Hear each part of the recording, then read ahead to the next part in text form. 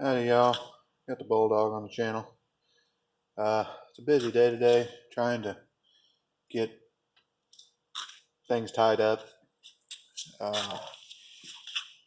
As I showed you in a video here a day or two ago, it was yesterday I guess, that vibe with the burned up motor.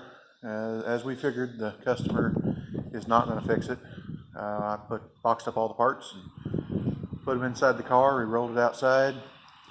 Don't know what exactly is going to happen with it.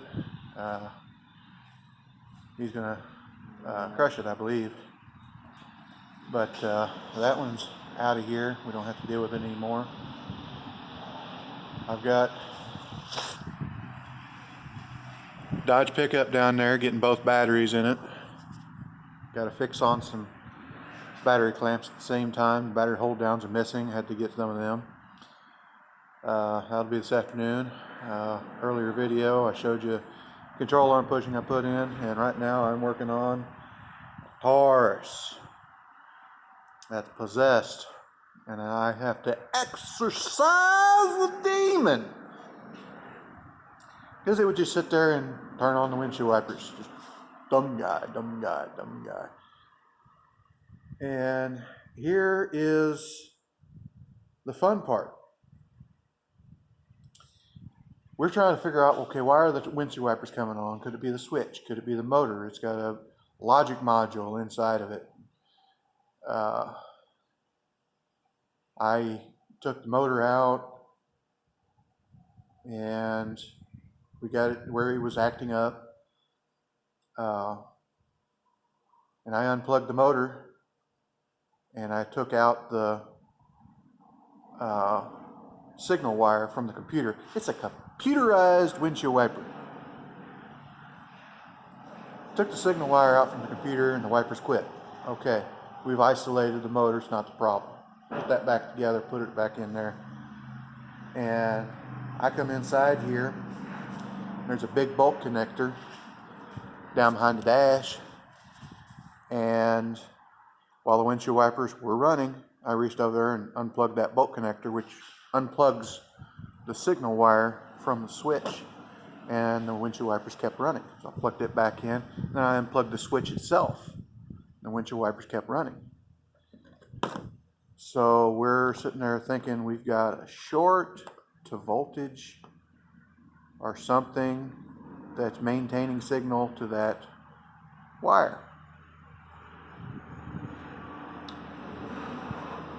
It turns out that the switch here, which is part of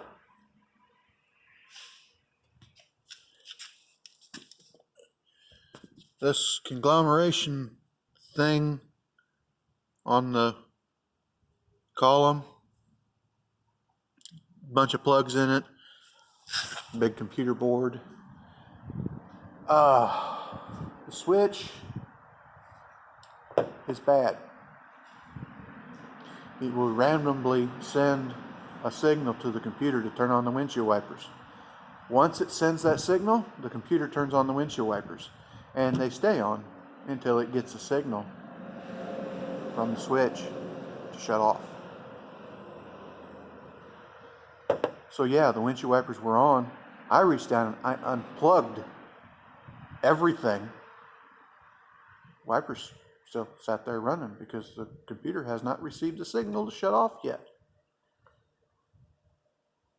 How do you diagnose that without a computer and knowing exactly how the system works? And people say, well, you need to go to school, you need to learn. Everything's different.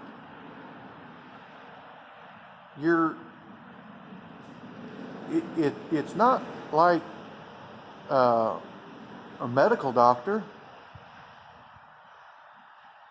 You've got one make, two models to work on.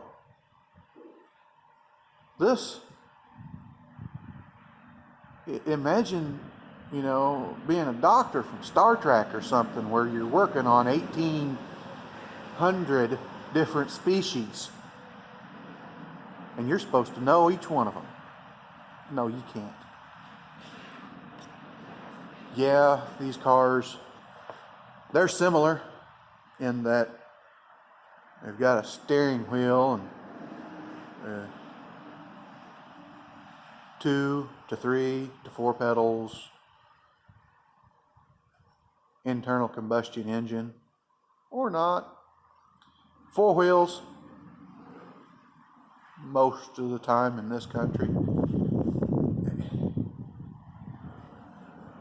They do the same things, everybody does it differently.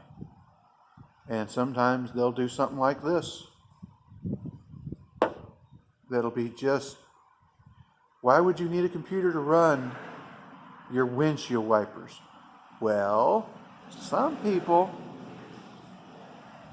they forget, or it takes too much trouble to reach up there and turn it on. So they have what's called a rain sensor in the windshield. And when it sees moisture on the windshield, it turns your windshield wipers on for you, just in case the rain on your windshield isn't enough to alert you that, hey, it's raining.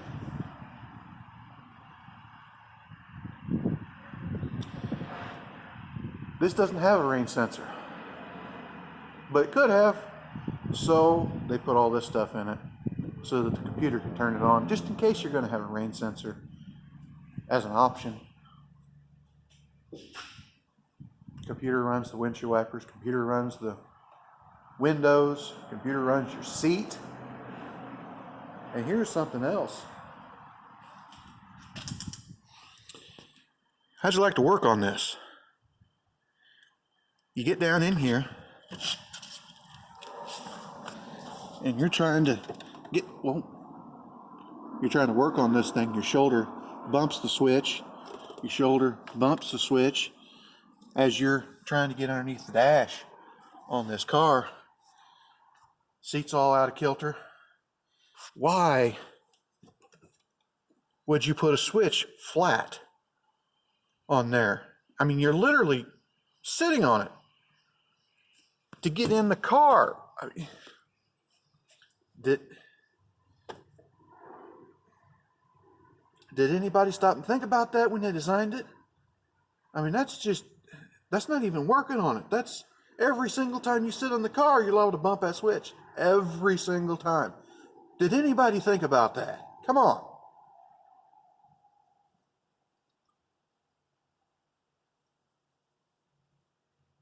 You're killing me, Smalls. You're killing me. Like, comment, subscribe, hit your little bell notification, share it all around. We'll talk at you later.